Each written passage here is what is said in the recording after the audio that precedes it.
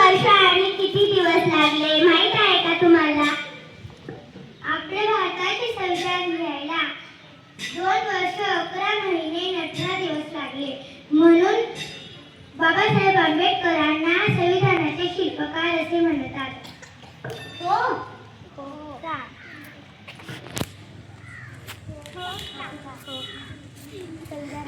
संविधानाने आपल्याला काय काय दिले?